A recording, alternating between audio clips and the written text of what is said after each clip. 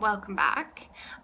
So today I wanted to bring you a book review of On the Other Side, this little beauty right here.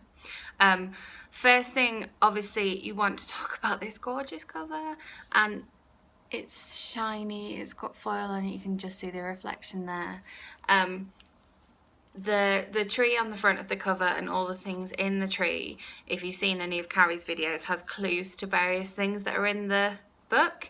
And so it was really interesting as I was reading the book, figuring out how everything fitted into the story, and like literally things reveal themselves as the story goes on at a really steady pace, and then by the time you get to the end of the book you're like, oh, okay, right down to the door at the bottom of the tree there.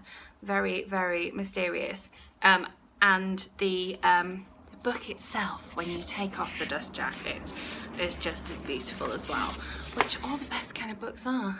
Look, you've still got that front cover, you've got this gorgeous purple spine, and then inside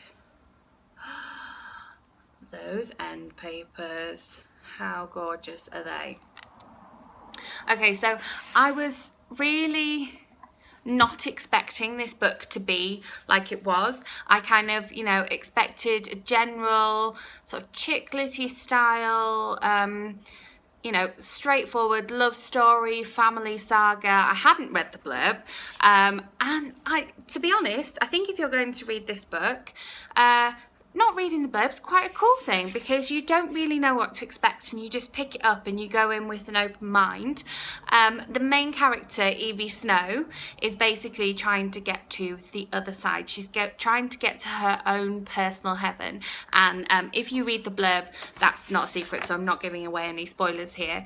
It says Evie Snow is 82 when she quietly passes away in her sleep, surrounded by her children and grandchildren. And then this whole story is surrounding the things that she needs to, the secrets that she needs to tell in order to pass over to the other side, and the ways in which that she needs to tell those secrets. And the way it's structured is that you see Evie in the present day, and then you see flashbacks to her when she was younger, and the people in her life and the way they kind of come in and come out of her life. And the three secrets surround three separate people in her life, and obviously it shows you how those people are connected to her and how the secrets are formed. And I really liked the way it was structured. It's written in 3 parts, and then when you get to a part that's a flashback, it actually changes font, so you're always clear where you are in the story. And the structure of the story was like really interesting, and you just felt you always knew where you were. Evie as a character is very like Carrie, the author.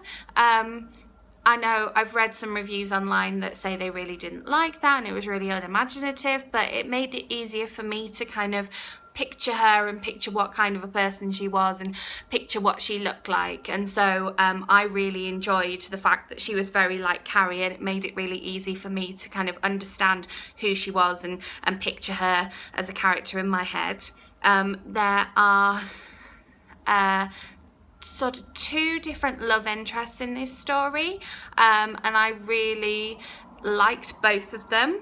I wasn't particularly rooting for her to be with one or the other, and I really liked the way things ended up for Evie. I like the fact that the characters in the book have surnames like Winter and Snow and Summer.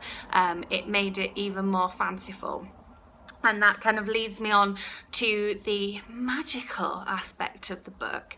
There is a certain element of magic, and you do have to suspend your disbelief somewhat when you're reading this. I mean, picking up a book about somebody crossing over to their own personal heaven, you're going to have to read a little bit of sort of fantasy magical element to it, but there was a certain magical element to this. I'm normally not such a fan of magic and fantasy in books, but it just felt like it fitted with this one. This book felt like a really kind of comfortable family saga about, a woman just trying to make the best of her life, crossed with a little element of like The Lion, the Witch and the Wardrobe, being able to go into a wardrobe and find yourself in Narnia and being able to have a magic potion that magically heals people. And I really like that aspect about it. I think that the magic just made it feel that more kind of warm and cozy, and so I really enjoyed reading this book. I found it to be quite a quick read. I think because you know, you have beautiful chapter pages, and when you get to a point where it changes to part 2 or part 3, you get a really nice I'm trying to find one now, a really nice page that begins the chapter, like this guy right here. And so that made a really quick read. I actually read it in 2 sittings. I think if I hadn't have had stuff to do, then I would have ended up reading it in 1 sitting. I mean, it's 340 pages. It's not a mammoth of a book, but I found that I wanted to find out more about these interesting things on the cover and find out more about Evie's secrets and whether she was going to be able to cross over to the other side, that I just had to keep reading. And when I got to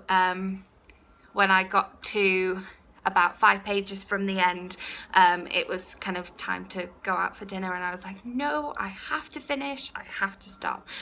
Overall, I think it was just a really heartwarming story. I liked the characters. It was nice and light and felt really warm and cozy. I liked the magic, I liked the mystery, and like I say, I would recommend reading it without reading the blurb. Just get to know Evie, fall into her story, and enjoy it for yourself, and I'm sure you will race through it as quickly as I did.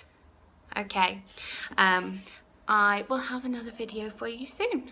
Bye.